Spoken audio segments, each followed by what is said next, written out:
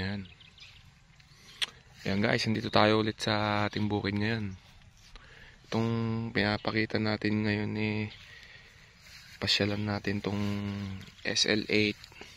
Ito po, yan po yung SL8. At dito naman sa aking kaliwa, ito po yung NSIC RC na 512. Tingnan nyo po yung ano nila, yung comparison nila.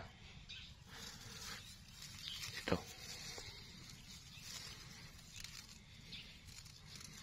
Tingnan nyo dito.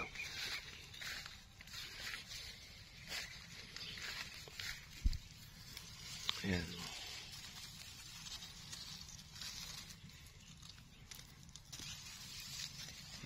Ayan po, ito pong nasa kaliwa. Ito po yung 512. At ito naman po yung SL8. Guys, yan. Ang ganda ng ano nyo.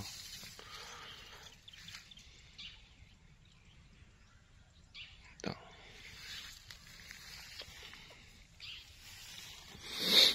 Parehas lang din na malambot ang bigas na ito eh.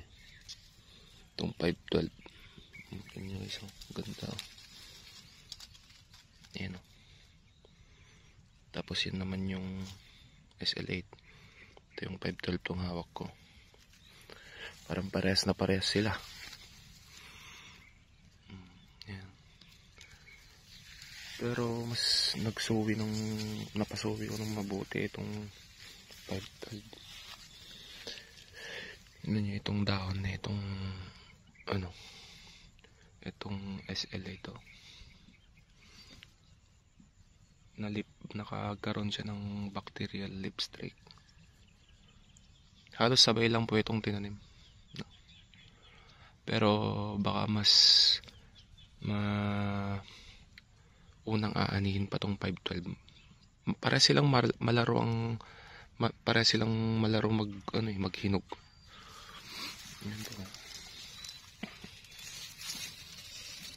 Ito po ang 512. Yung sa kahoy niya.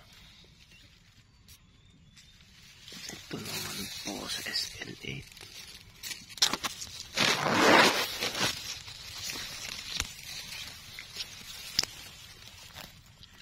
Yan. Yan guys, so, tignan nyo yung mga dahon na itong SL8. Tapos itong 512. Ganda na itong SL8. Pati itong 512 parehas sila. Mas nga lang po itong 512. Mas pino. Kumbaga kaysa dito sa SL8. Itong SL8, ayan po yung tinatawag nating pulse mat. Pungus po yan. Ayan o. Sabi nila pag ganyan, marami ka daw aanihin. Yan.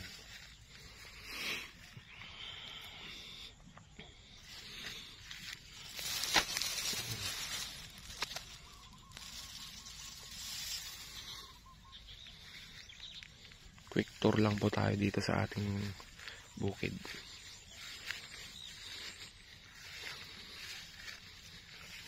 Pakisabi naman guys kung ano nang magandang i-spray dito. Ayan po. Yan po ang NSIC RC 512. At ito naman po ang SL8. Ayan.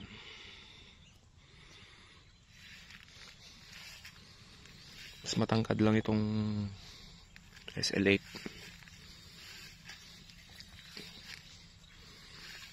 Ayan guys, na-share ko lang naman itong palay natin para makita nyo rin kung ano nga ba yung standing niyang 512 kung i-compare mo sa standing ng hybrid na SL8. Ayan, maraming salamat. Bye bye!